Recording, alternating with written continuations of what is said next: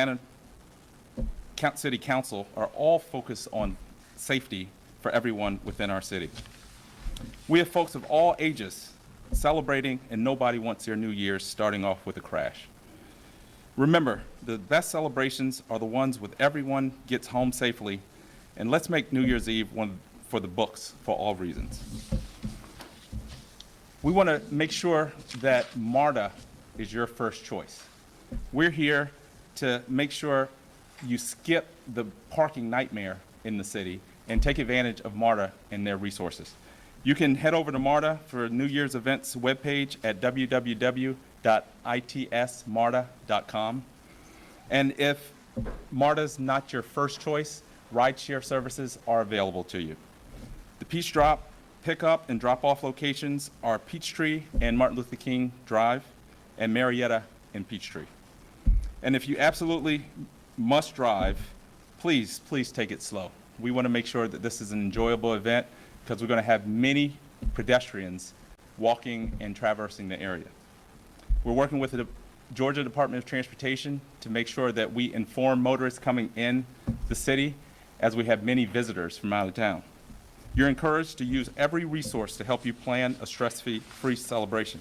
Now I'll just speak to some of the street closures that we know will cordon off the Peach Drop perimeter.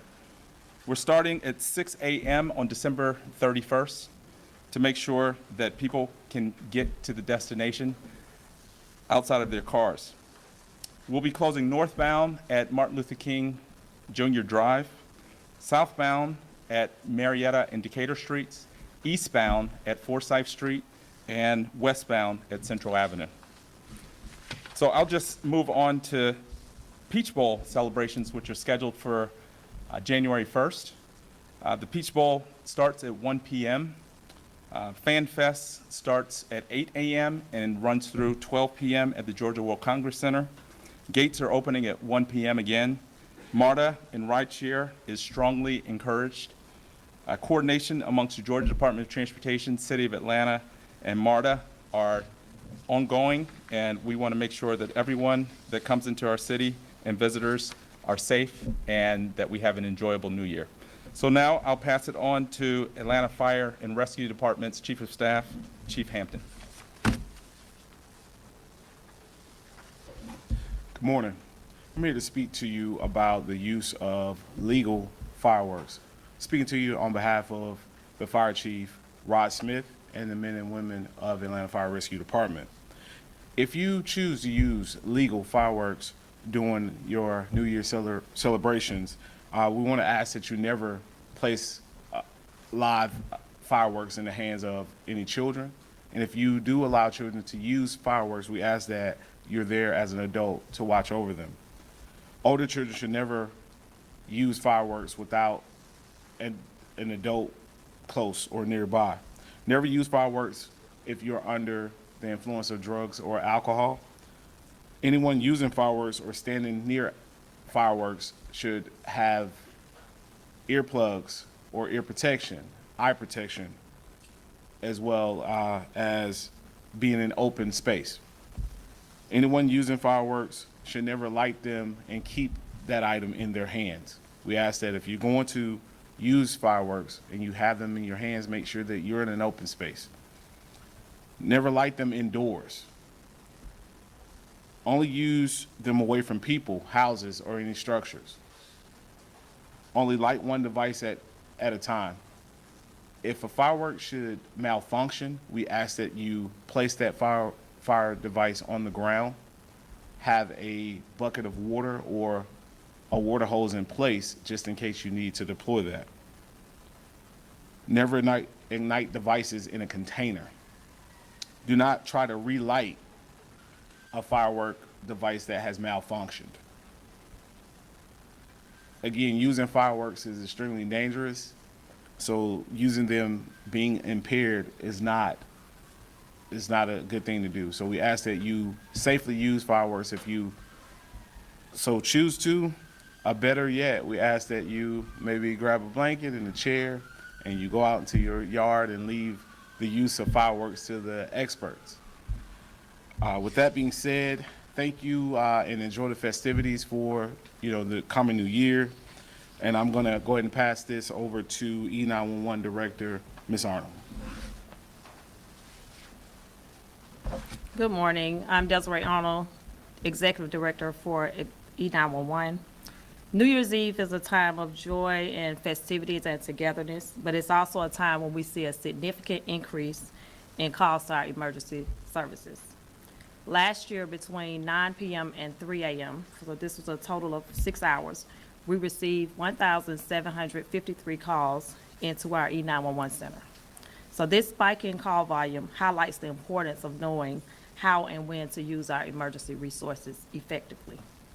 First and foremost, if you find yourself in an emergency, whether it's a medical crisis, a fire, or any other urgent issue, please call 911 immediately. Our dedicated dispatchers and first responders stand ready to assist you 24/7. This New Year's Eve, I also want to acknowledge the incredible commitment of our dispatchers who will be working 12-hour shifts with off days canceled to ensure that help is always just a phone call away. For non-emergency situations, I encourage you to call 311, then use option 2. This line is specifically designed for non-emergency issues such as noise complaints, fireworks, abandoned vehicles, and any other minor disturbances. Your calls to 311 help us manage our resources effectively and keep our emergency lines open for those in urgent need. Additionally, I'd like to remind everyone that we have a non-emergency web portal. That web portal website is www.atlantaga.gov/request-dispatch, and it'll be provided to you. That's available for reporting non-emergency issues. This online option allows residents to report non-urgent matters from a cell phone, tablet, or any other electronic device without making a phone call. This ensures that we respond effectively on our emergency lines.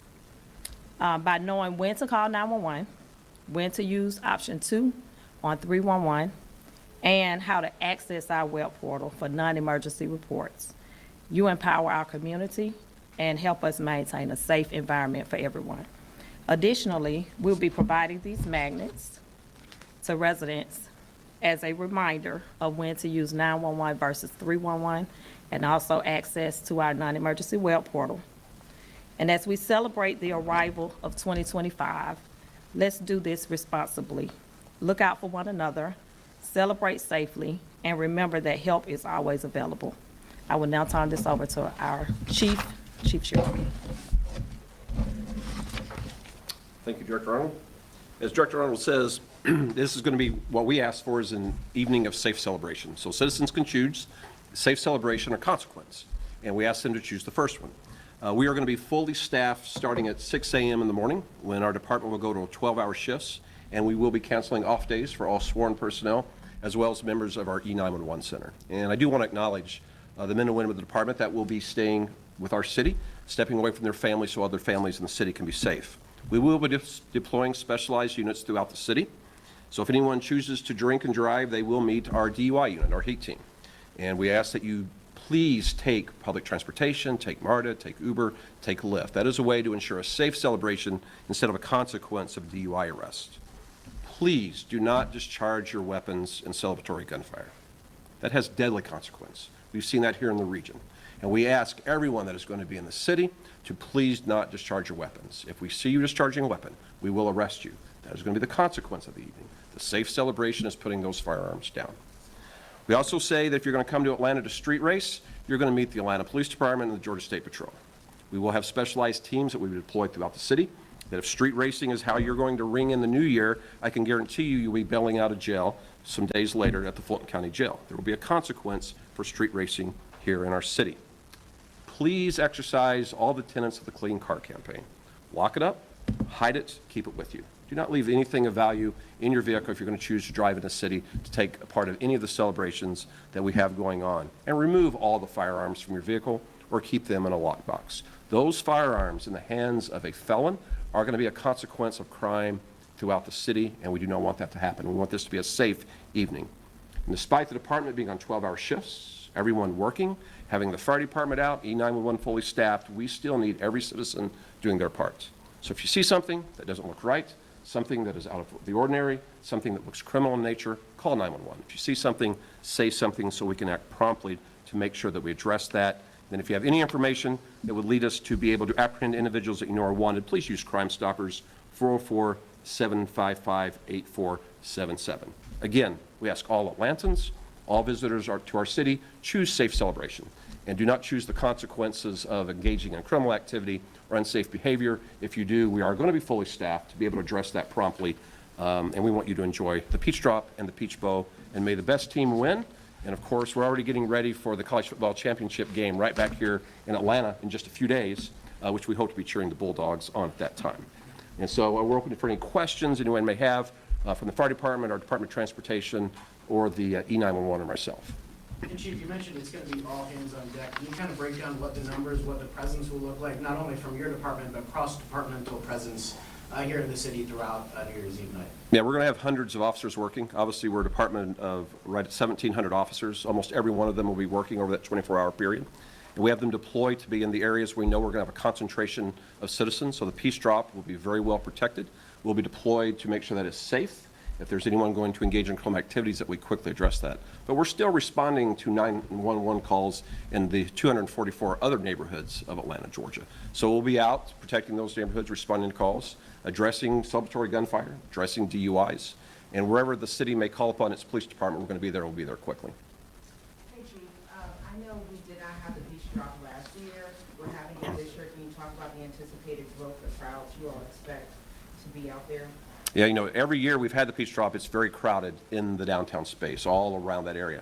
The commissioner went through the street closures that are in place, that is so everyone can fit into that area and enjoy its celebration. We expect tens of thousands of individuals to be there based on previous years. We also know we have a weather forecast that is conducive to large crowds coming out, and so we anticipate tens of thousands, and we'll be ready for it.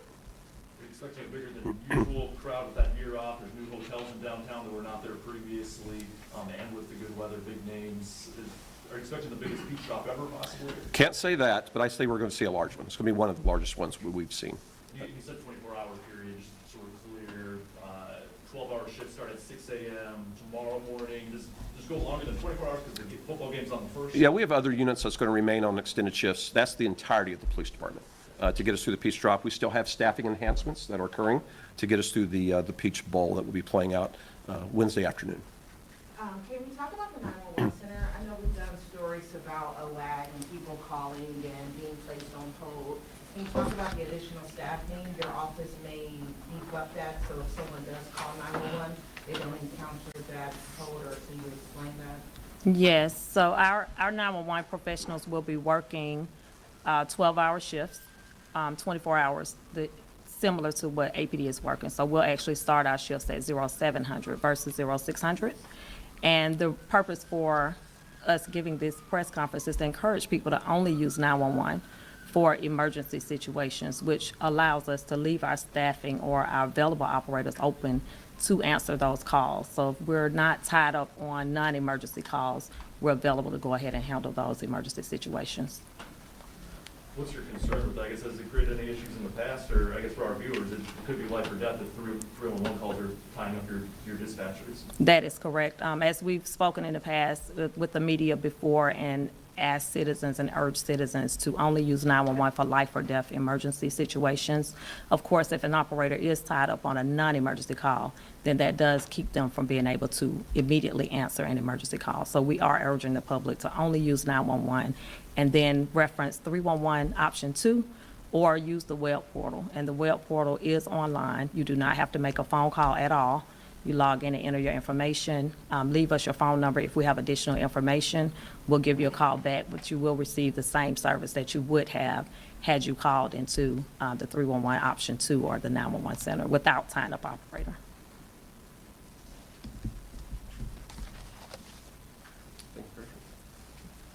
Chief, can you talk a little bit about the aviation presence? I know it's kind of a delicate balance because you want to chase these street racers, but also it poses a very big danger, especially with that celebratory gunfire. What will the skies be looking like from APD standpoint? Certainly, we'll have both our drone, our drones working as well as our normal air unit. We obviously do take precautions at times if we believe there is celebratory gunfire. So those teams are very experienced, and they'll make the adjustments of their flight times and flight patterns to make sure they're not exposed to any danger. And if we do see you firing a weapon from that helicopter, it's much easier to make an arrest, and we will do so. If there are no questions, thank you all. All right, Happy New Year to you all. Appreciate you all. All right. And everyone, the names of everyone who spoke are here. You can come shoot those.